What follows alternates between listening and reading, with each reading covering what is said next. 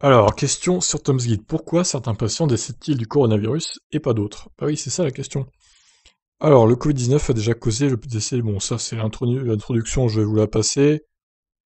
Des chercheurs étudient depuis plusieurs mois la réponse du système immunitaire des patients. Ils cherchent à comprendre et à expliquer pourquoi certaines personnes risquent plus de développer des complications mortelles que d'autres. Le consortium international Covid-Human Genetic Effort a détaillé une découverte majeure. Une anomalie génétique impacte les interférons IFN produits par les cellules du système immunitaire. Elle est donc responsable de mettre la vie des patients atteints du Covid-19 en danger. Une équipe internationale de chercheurs a publié une étude dans le journal Science, comme l'ont rapporté nos confrères de NBC News. Dans cette étude, 10% des 987 patients hospitalisés en raison du Covid-19 sévère présentaient des anticorps qui désactivaient les interférons. Alors c'est quoi ça les interférons? Moi je suis pas médecin, je ne sais pas. Lors de l'infection par le SARS-CoV-2, les cellules attaquées produisent des interférons. Ces molécules antivirales servent à protéger les cellules proches de l'infection afin de ralentir la propagation du virus dans l'organisme. D'accord. En fait, certaines personnes présentent des anomalies génétiques héréditaires sans le savoir. Les anticorps, produits par la réponse de leur système immunitaire face à la Covid-19, vont se diriger contre les interférons, les empêchant ainsi de faire leur travail. Le virus peut alors se propager à toute vitesse dans l'organisme. Oh putain, ça craint. Alors, comment savoir si on a ça, quoi? D'ailleurs, les anticorps qui ont un tel comportement sont appelés des auto-anticorps. Les données de l'étude proviennent du Covid Human Genetic Effort qui compte 200 centres de recherche répartis dans 40 pays.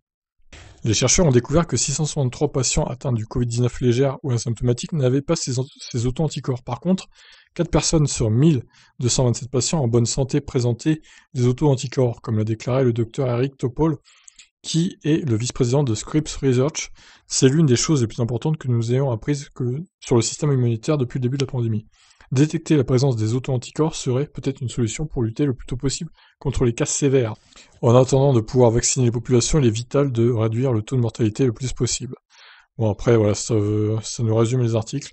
D'ailleurs, il y a un cabinet de vaccins qui a annoncé 94,5% d'efficacité sur son vaccin. Je vais vous retrouver ça sur Twitter, que j'ai vu ça.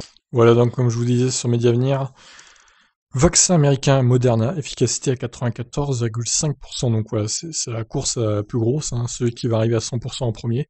C'est un peu ça l'idée, je crois.